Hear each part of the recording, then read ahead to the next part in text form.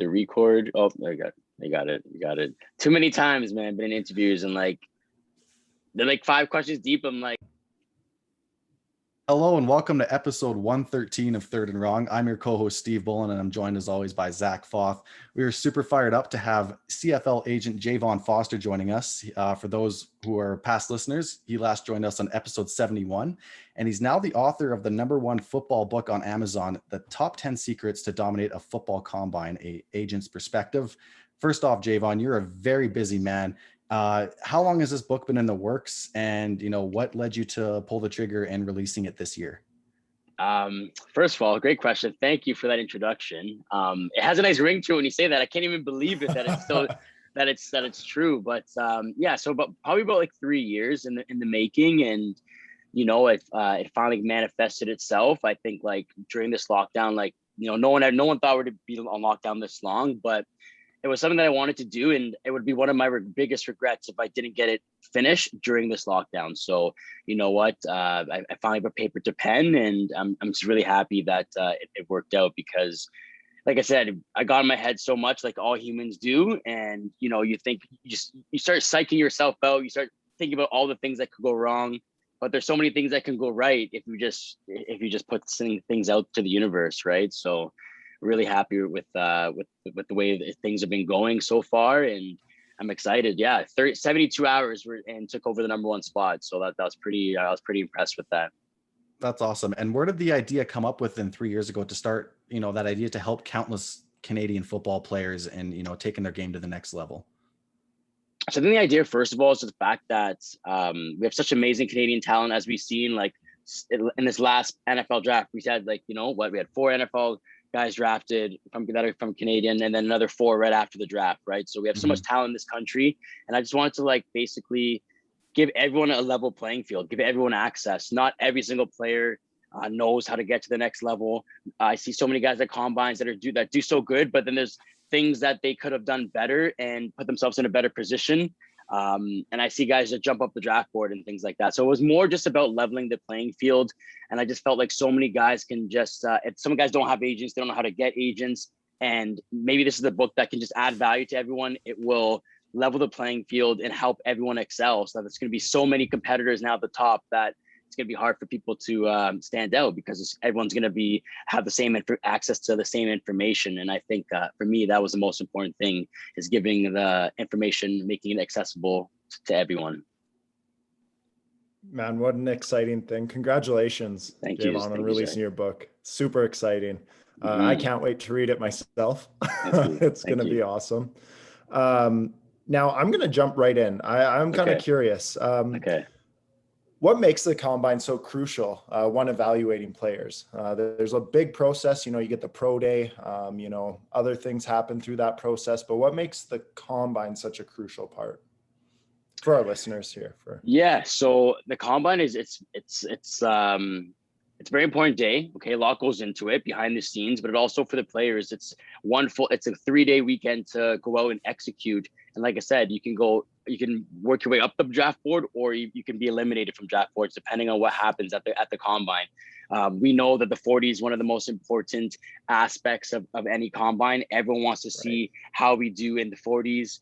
And I just think that, sorry, what was the question there again? Just what makes it so crucial? Players? So So basically, it's very important. It's a part of football testing. Combine testing is very, very important. And I just think that basically every individual, they're putting you in an intense weekend, 72 hours of intense, interrogations, essentially, testing, mentally, it's it can take a toll on you. So I think it's very important because you can see which guys can handle the pressure that will now translate to the pros. If you can excel in this intense environment for 72 hours under all the eyes, all the cameras, everything being recorded, and you can step up and execute, then that's going to translate well to playing in the pros, just like one-on-one drills, or you're doing the special team drills. Again, those are key. Most Canadians or most rookies, you're going to make the league by playing special teams, right? So when you're doing those drills, and you got to execute and do them well, because like I said, the eye in the sky is always going to be there watching you, everything you do, right? So It's very important. You perfectly transitioned to our next question. I want to touch on chapter 3, Eye in the Sky. And I love this quote. It's essential that everything is done with purpose. I mean, how difficult is that for a player to be in a pressure cooker essentially for 72 hours? And you mentioned, like you're not walking from drill to drill. Your attitude and your how you carry yourself, your persona is carried with positive and staying upright. I mean, that's got to be something that you really drill into your clients. And I mean, how hard is that for some players to just keep that going for 72 hours straight and just keeping that positive persona going?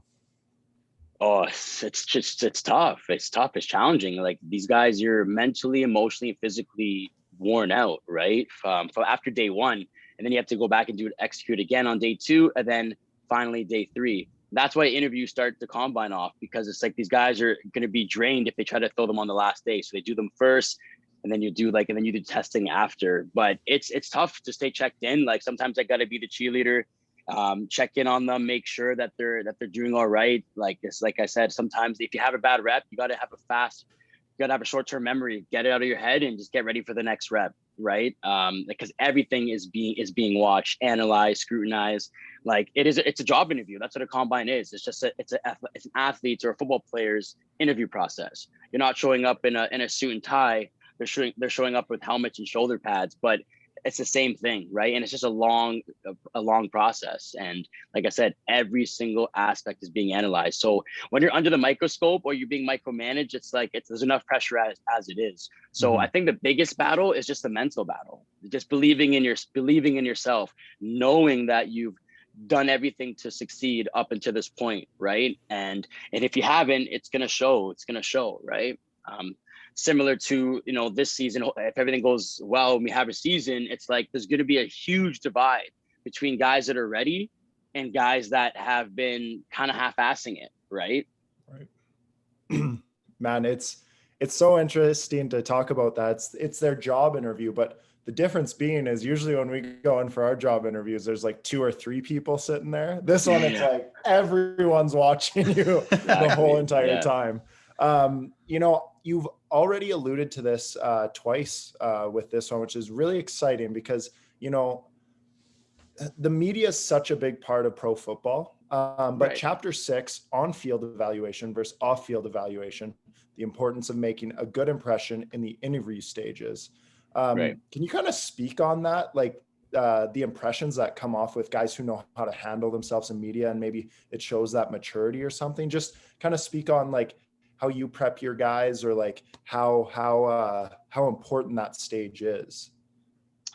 Yeah. So the interview process is definitely one of the most important aspects of the whole combine experience, other than testing, because this is when you, like I said, this is probably the most similar job setting when you have like 5 or 6 GMs. This year was done differently. Everything's virtual. They're taking virtual calls, but still you have the owner of the team, GM, assistant GM, director of player personnels, offensive coordinators, all in a room. And again, they're sitting there with all notepads, jotting down what you're saying. So basically I prepare them just by pumping them up, making sure that like they're not going to be robots, right? Like it's like you want to be yourself. You don't just go in and start saying things, saying things that they want to hear. They know that, right? So I think like most of the time, a lot of the questions they're asking, they already know the answer to. Right? They just want to see what type of guy you are. Like, are you going to lie to their face? So the interview process, it's essential. And I think this is where a lot of some of the highest prospects are falling down boards or removed from boards because they weren't prepared the right way. Right. So yeah, so it's unfortunate. And that's what I think that's what I hope this book can do, is to shed some light on the interview process. I did put one question in there as an example. I hope I don't get, I hope people don't get too mad at whatever team that is. I hope they, that, yeah. I left everything anonymous, right? No one wants to put their name out there and say they said they gave me this quote, they gave me that quote, you know what I mean? But the information's out there. It's legit, so it's legitimate. This is real, right? I've been living it for since I've started this agency, so. Right. And I'm hoping that it just helps a lot more of a lot of our athletes. Like we have like I said, every year it's going to be more and more Canadians drafted to the league. It's going to be normalized, just like the NBA. how guys are getting drafted, it's going to be normalized the same way with football, right? So. And that takes years and years of like, you know, youth football grassroots and resources like what you're putting out of people just preparing and you know, the more people we have making it to the NFL or high profile CFL players getting drafted regionally, like we see in Quebec and the Montreal Alouettes and Ontario and Alberta, mostly of those are the big ones, you know, the more young Canadian players and kids are going to have idols to look up to and be like, wow, like, you know, but you know, buddy from our town is a Los Angeles Charger, or he's a leading receiver on the Winnipeg Blue Bombers or something, right? And that's going to have a positive feedback loop. It just takes time, right? And I think right now a lot of people and CFL fans are looking for that quick fix, you know, maybe teaming up with the XFL or maybe doing XYZ, or, you know, if only we could do this. But it takes time to just get these players and that notoriety and that culture in the community built, and resources like this make for better football players. I did have a quick question on top of the interview process. Do you recommend anyone pulling a DK Metcalf and showing up to their interview shirtless? is that a recommendation? Are you willing to go on the record and say you recommend that? I probably wouldn't go on the record. I think it's just I think it's all about the vibe and energy. Like, you know, Seattle Seahawks is a really cool organization. Pete Carroll and I think it's all about the energy. It's all about the vibe that you're getting from the team. Like he did it, and he's such a jovial guy. So it wasn't like an arrogant bravado cockiness. It was more of like a kind of a joke to show them, hey, like I'm in shape. I'm ready to go. Yeah. Right. So I probably wouldn't recommend it. But hey, if you know, if you got it, flaunt it. Right. So I was about to say, if I look like that and I could rip my shirt off and have the 8 packs, I would do it frickin' every day. Just walk into work. Hey, let's go. Like an 8-pack. Yeah, he's got muscles on muscles. That guy. Yeah, right? man, crazy. Racing in the 100-meter and like doing very well, and what an athlete. Held his own. Like, and again, that's the fear. Like everyone's asking, why are you doing that? Why are you doing that? Like, it's like because he can. It's just like, and it's a lot of people would be scared. Because remember, he's in football shape right now. Track shape is a total different type of shape than football. So he was able to go out there, run a 10.9 and compete. Like that's pretty impressive, or even faster than 10.9. But absolutely. Great. You know, we were kind of talking about the grassroots here a little bit, and chapter 9 kind of jumps right into the importance of being just as good in the classroom as you are on the field, which, you know, we hear about this all the time. Steve and I both coach. We've been through times where kids struggling in the classroom, they need to focus up there before they can get on the field. We see things, now it's been a few years since I watched Friday Night Lights, but I think there were some occasions in that bad boy. It was a good show.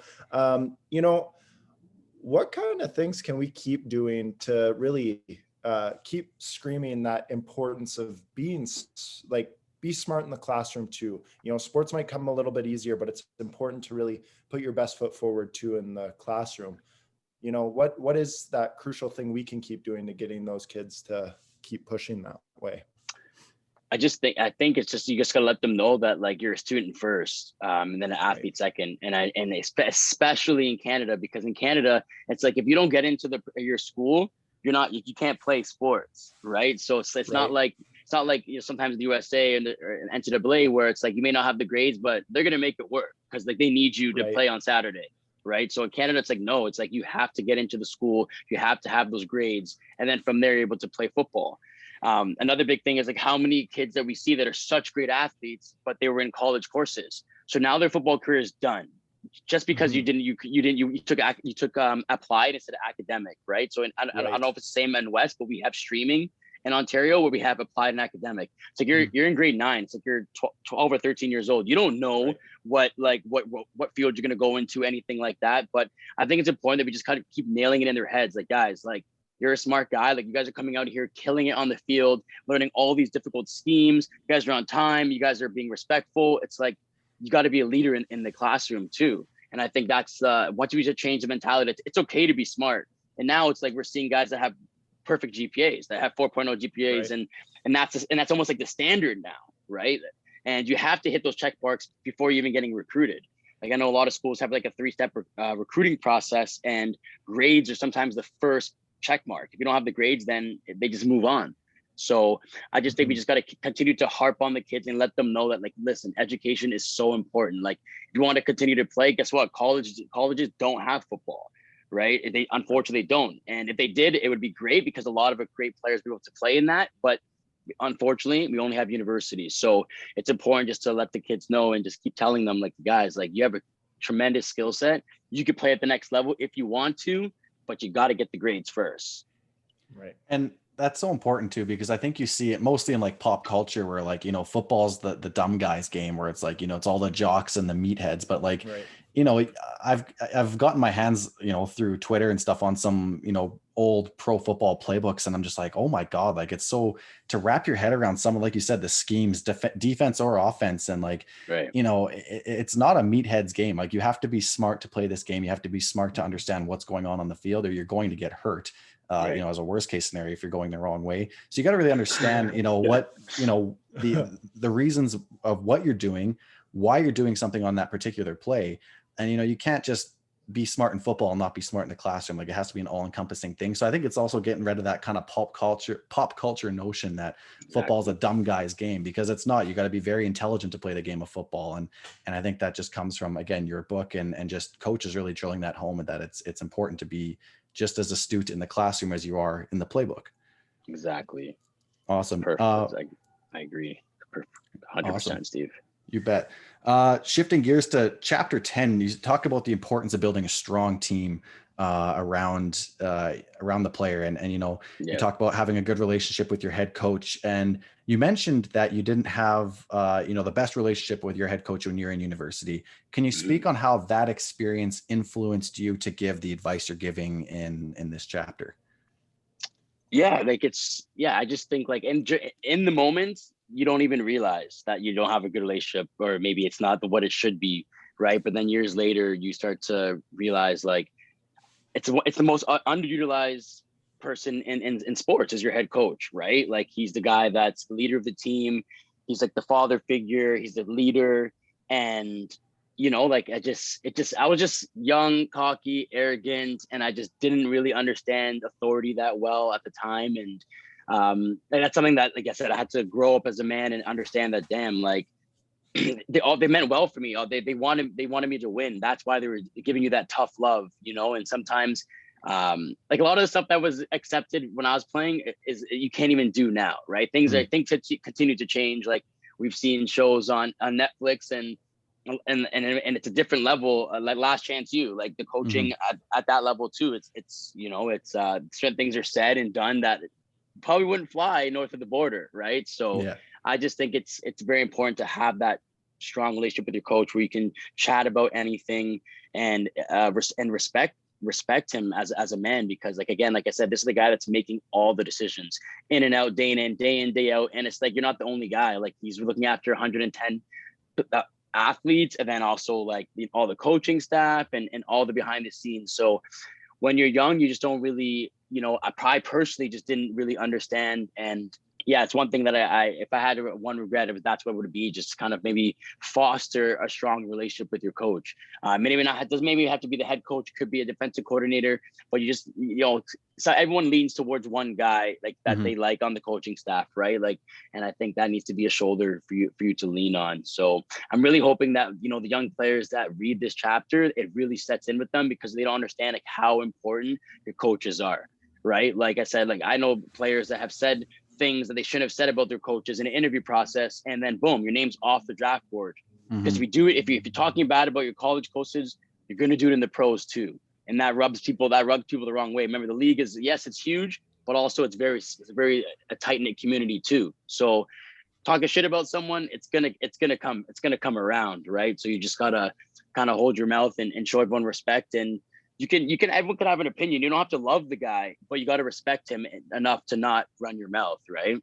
Absolutely. No, it's really well said. And, head coaches have the connections to the agents, to the scouts, to, the pro GMs and everything that are talking, asking questions, looking at the film and distributing the film in some cases. So that's important. Speaking of agents, you being an agent for a number of years now, you talk about the importance of finding proper representation. And, some players, they might look south of the border and see, the Richard Shermans or the Russell Okungs of the world representing themselves. But, Right. I'm giving you, I guess, an opportunity to pitch yourself, but pitch agents in general here of what the value you guys bring. And, for some players who might be looking like, well, maybe I can do what Richard Sherman's doing. Can you speak on the value and the stability that you guys bring as agents for players? Yeah, so I think every agency has their own approach. For me personally, for the Empire, like it's a really family feel for me. I go after guys that have the same morals, values, ethics as I do. Good guys that are great in the classrooms, guys that have great character, and then they excel on the football field too. That's they have to have the intangibles, of course. But my recruiting guys, I am a younger agent. You know what I mean? I'm not 70 or 60 years old. I don't look like everyone else. So for me, I like to use that as an advantage. Like I speak the same language as a lot of these players. The best thing is that I did play. I played as well. So a lot of guys don't have that experience. I won a national championship. I know what it is to be a student athlete. I played football and ran track, so I was busy all year long. And there's a lot that goes into it. It's a full-time job being an athlete. An agent brings a different perspective. He's kind of like a mentor for you. He's helping you through the whole process, just guiding you through. Like I said, you become really close with your players. It's a family feel, because for me, I don't want them to only win on the field. It's about off the field too. So think about that. We haven't had football since 2019, right? So it's like I said, I've been more of a life coach than anything. Just checking in, say, hey, bro, you good? Not even talking about football, but just knowing that, hey, you got food, your bills being paid, mom's okay. And right. That's it for me. I think being genuine and authentic and real has gone a long way for me. Also thinking outside the box, like, some of the older guys maybe don't use social media. It's like for us, that's just normal. It's like normal for us to use social media. Yeah. Like for me, finance and budgeting is very, very important. None of my players have been broke. None of them are filed bankruptcy. And then I think the biggest important thing is the contract negotiations, draft preparation. And then I just added a PR company to start working with my players, and that way they're now able to make money off the field. It's like another passive income stream, which I think maybe not everyone's thinking about. So I think I just have such big ambitious goals, and I think it really shows with what I'm doing with the team that I built around me, the players, and like I said, it would be really awkward to negotiate a contract with your boss. Like it's tough. Like everyone's been through it in their life, and you're going back and forth with your bartering with the company. It's like players have so much to worry about on their own end, and yes, contract negotiations may be one of the most vital and important aspects of what I do, but it's so much more than that, right? It's just making sure that they get to the combine and they're dominating, making sure that, you're just that voice of reason. You're kind of like that cheerleader when they're down. And you're just, you're hyping them up. And it's a cool relationship, because like sometimes you may know a guy 3-4 years, maybe it doesn't pan out right away. They sign with someone else, but then you just kept in touch with them. And now, it didn't work out with their guy, but you wish them a happy birthday and their agent didn't. And then, just from there, they're like, yo, like, wow, like this guy just wish me happy birthday. I don't even talk to him. But like little small things like that go a long way. So I think, it's important that you have an agent, because they're your lies on your direct connection to the CFL, right? It's like we have all their names right in our phones, scouts, this, that, and we have the direct connection. So direct line of communication, which I think it's very important, right? We wouldn't have the job if there wasn't a need for it, right? And it's just absolutely. So I think it's very important. It's very important. And like I said, a lot of guys think they can do it on their own. And I said, I have guys that have done it on their own and they ask me for help, and I help them. I have no problem helping you. We all have access to the same information, players and agents. We have access to everything. So that's something they could do on their own, but I would suggest otherwise. Well, you sold me, man. Do you take podcasters, or you sign any of those guys soon? Right. Any of us soon? Oh, you guys are growing. You guys are growing. So. You bet. I was gonna say your energy is contagious. It is just like I bet Steve's right where I am here, ready to just jump up and start going, man. I gotta get training again, see if I can make a push to go pro, which would never happen. There we go. Star quarterback Steve coming up. Yeah. I love it. And Zach, you hit the nail on the head. It's the energy, right? Like at the end of the day, like I have a whole section on questions to ask your agents, which no one ever talks about. It's like screen these guys. Some guys are representing 15 guys from the same position, but you're gonna sign with them. That makes zero sense, brother. It's like, you think that's the safe choice? I'm like, bro, you've been a leader your whole life. Why are you gonna follow the whole pack now on the biggest decision of your career? It's like, why are you gonna be the 15th linebacker? Why are you gonna be the 15th wide receiver? Right? Like, for my whole thing has always been quality over quantity. Right? Like, every draft I could represent 100 guys, but I don't. I represent 10 because there's guys that I may go 7 for 10, 8 for 10, and I could add 100, but what's the point when only 8 are going to get drafted? It's just like, you know what I mean? So, and I think that really helps guys too when they're trying to decide on who they want to go with. You don't want to be just a number, you know, and they're not when you come with me. And I think people could feel the energy, just like Zach, you said. I'm recruiting ready for 2022, and when I hop on a Zoom call, it's like you could feel my energy jump through that screen, right? It's like, I love the game. I feel like I want players to win on and off the field, and I think they could really feel that when they're dealing with me, or when we're chatting for over the years and over the months and before they make a decision. So it really excites me too. Like, you're talking about some like, playing's obviously the very important part to an athlete's life, but you're also talking about the important things like the quality of relationship and being able to help. You're talking to a finance guy. I went to school for finance and then marketing, and then now worked in the banking industry as a financial advisor. I'm like, when you start making that money, you got to know how to spend it as well. And hearing that you're going for passive income options and stuff, it's just super cool. All the passionate side of bringing it all together to help these guys. The one thing now, though, we're kind of coming to an interesting part in life here is we're starting to see the end of the pandemic. Well, not the end of COVID, but, hopefully. Fingers crossed. I shouldn't be jumping to conclusions here, but we could say with the vaccine and stuff, we're seeing that light at the end of the tunnel. Kind of what, Jayevan, what are you telling your guys right now how to navigate that ending to this crazy process we've been through? What are the tips? What are, looking into Empire and what you're doing right now with those guys? What's the business looking like at the moment? So it's looking really good. The PR thing is the most recent thing that I've added. So now you're going to start seeing the guys on ads, you're going to start seeing them in commercials, you're going to see them on TV. And I think that's going to help too, because people will know that those are my guys. That, like, how do I get on that commercial, or how do I get on that TV show? It's just like, well, should have came to Empire, brother. So right now they're just athletes. It's been tough for them because it's almost like you always got to stay ready. You know what I mean? And right now it's been almost like you said, 18 months of like just the same old thing. But a lot of them, they're working, which is great. Just so their money, like I said, the bills don't stop no matter what. Pandemic, no pandemic, the bills keep coming, right? Right. So for right now, it's just been it's telling them like, hey, like, I'm very confident season's going to happen. Just make sure you're ready, because like I said, like, people are coming for your spot, right? We got 2 draft classes this year, 2 battling for 1 spot, 2021 and 2020.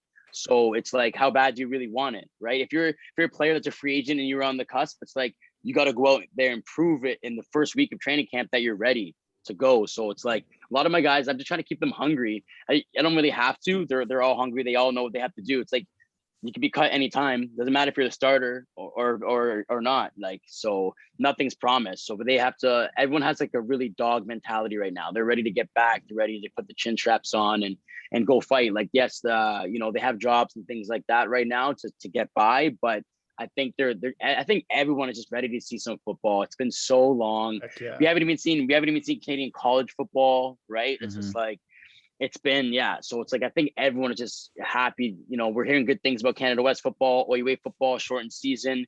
It's like, I think we just want to see Canadian football, right? So and I think that's the thing. It's like, we don't want to hear about all this XFL, this, that, blah, blah, blah.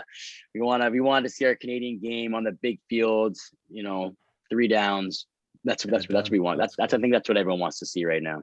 Yes, sir. Well, we're hopefully another step closer to that with, the August 5th projected kickoff date, and hopefully universities follow suit a month or so later.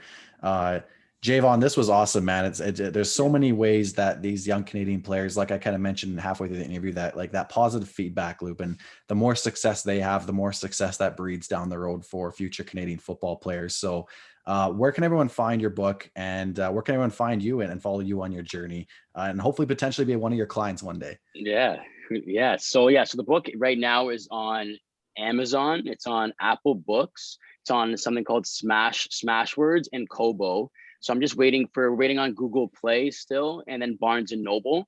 And then the Audible will be available on Audible, which distributes to Amazon, iTunes, and so that will be available in about 30 days. So I did everything independently. I self-published everything, which is a different beast of its own. Right. It was a great learning process. Learned so much. So yeah, if you type in my name, Jayevan Foster, so it's spelled like Jayevan Foster, or you could type in the book name, which is 10 Secrets to Dominate a Football Combine, an Agent's Perspective. You can find it everywhere. I'm really excited for the Audible too. That would be really cool. I hired a professional voice actor, and he's the voice of some big brands, and he really speaks life into the book. I thought I could have done it myself, but sometimes you just bring experts in to do what they do. Yeah, and that's why I say when guys go get an agent, because you bring an expert in to help you, like, right? if you want to get approved for a mortgage, go to the mortgage broker. You want your taxes, go to an accountant, right? So it's like, and then basically, my social media is just my name, Jayevan Foster, at empiremgmt.ca. That's the website. Empire Management on everything: Facebook, Instagram, Twitter, LinkedIn. So yeah, it's everywhere, and it's pretty crazy. Like number one, 72 hours. I would have. It's funny. I dreamt it and I manifested it. We talked about it, Steven. Like, right. Yeah. So it's like, it's just when things happen that you envision in your mind and brain, it's just so happy to see. So I'm hoping to stay there for the next for the rest of the year for sure, and see how long I can stay there. So just trying to help these kids, help add value, and see our game grow, because like I said, we have so many Chuba Edwards, so many Joshua Palmer, so many Javon Hollands that are around the country that just need an opportunity, right? And like I said, our NCAA commit level numbers are just skyrocketing, right? And it's like, and I want to be that guy getting those guys, our Canadians, to the NFL. And I want every NFL GM call me saying, yo, Jayevan, who do you got for me north of the border this year? And I'm like, buddy, I got Bill Belichick. I got them all for you, buddy. I love it. Right? So that's awesome, man. Yeah, that's the goal, right? Like, you guys been around, you guys are coaching, you see what we have in this country, and it's like these guys need an opportunity, right? Like there's 4 other guys that got signed right after the draft that should have been drafted, right? So that could have been 8 guys, right? But for whatever reason didn't happen, but they still got their UDAs, undrafted free agent signings, right? Yep, so right. It's really exciting to see, and I think a lot of those guys are going to stick. I know a lot of the CFL teams use picks on them, but I don't think, like Chuba Edwards said, hey, he's going to stay in that blue for as long as he can. Like, he's not trying to play in the Calgary Stampeders. I'm sorry. Like, but it was a good pick. Definitely a good pick though, because you never know what could happen. But he's a beast, man. I can't, like, and you don't want. I don't want to see them in Canada, right? I don't want to see them in Canada. It's like, look at Chase Claypool last year. Like, it's like that's what you want. Like, it's like that's possible, right? Like, just dominating in the NFL, right? Like, for fantasy, if you had him, like, you were like, what? Let's go. Been trying to trade for him, man. Yeah, exactly, right. Absolutely. Right? So and that's just normalizing it. Like, hopefully we see Joshua Palmer scoring touchdowns this year, Javon Holland pick sixes, like Benjamin St-Juste. Like, these are like studs, right? And they household names that and we have tons more of them coming up the pipeline, right? So it's going to be really, really exciting to see how far the game grows across the country. But it all starts on the youth. So it's like, if we take away the CFL and XFL, all this merger stuff, it's like, what's going to happen to our grassroots football, right? Exactly. So it's like, what are our Canadian kids going to aspire to? Because no offense, no one's talking about aspiring to the XFL. It's like, if they get CFL, or you're thinking NFL. That's it. Like, right. So. Absolutely, man. Well, you spoke life into your book, and hopefully a lot of the players who are reading it can speak life into their pro aspirations, whether that's in the NFL or the CFL. Jayevan Foster, 10 Secrets to Dominate a Football Combine, an Agent's Perspective, out everywhere on Amazon, and the auto will be out soon. Jayevan, thank you so much for joining us, man. Of course. And we'll definitely have you back on when a few more clients get going, and hopefully football season gets going as well. Sounds good, man. Thank you so much for having me. Like I said, your support's been tremendous. Like I said, when you grab a copy, there'll be a special little note in there for you guys from the Amateur Agency. So yeah, and I'm really thankful and blessed that you're the first podcast I came on since the book has been launched, and I wanted to make sure that you guys were the first, just because you guys have been right there, part of the journey with me. So we're all growing, and I'm excited for the future of your podcast and life, and for what I'm doing here too. We could continue to grow, and we have a great relationship and continue to grow it. I'm excited. For sure. Absolutely, man. Thank you, Jayevan. Man, Appreciate it. Amazing. Godspeed. Take care, everyone.